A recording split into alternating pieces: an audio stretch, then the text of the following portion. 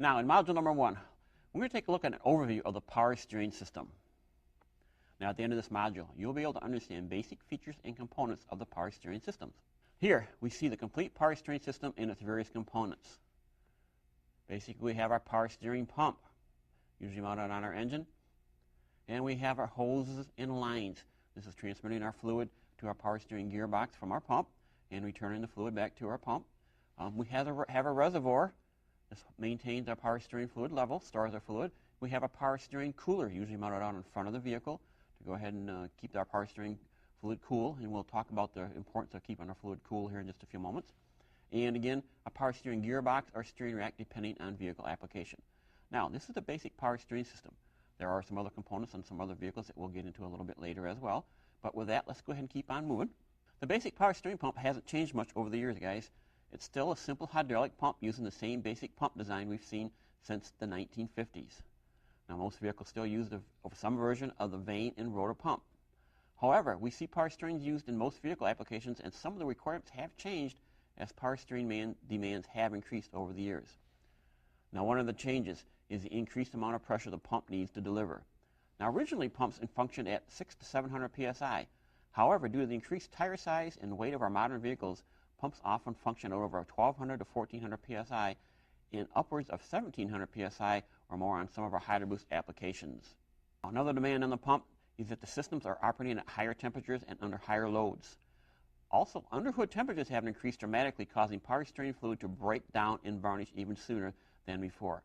Now, underhood temperatures in some vehicles can now routinely go over 390 degrees, compared to approximately 200 to 220 degrees, say 20 to 25, 30 years ago. So again, a significant increase in the underhood temperatures. And again, that kind of goes back to the importance of that power steering cooler.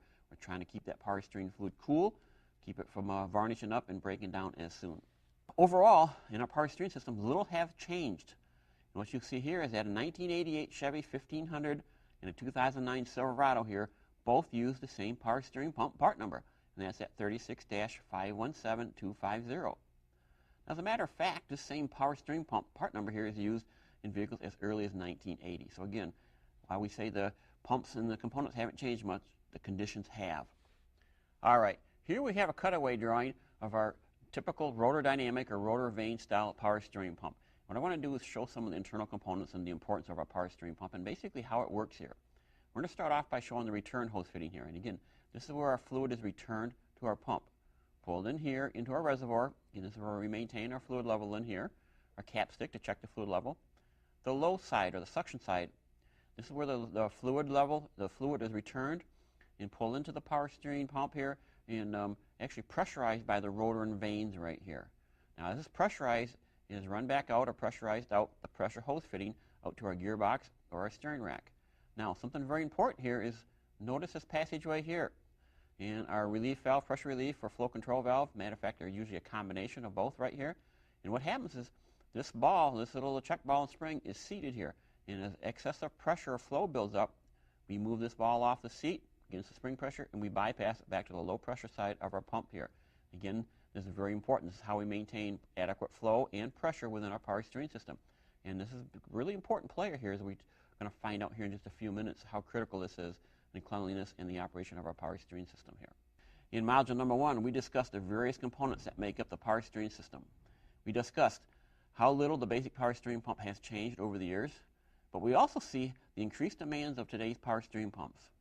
Then we took a look at the components of the rotor dynamic pump, or what we call a positive displacement power steering pump.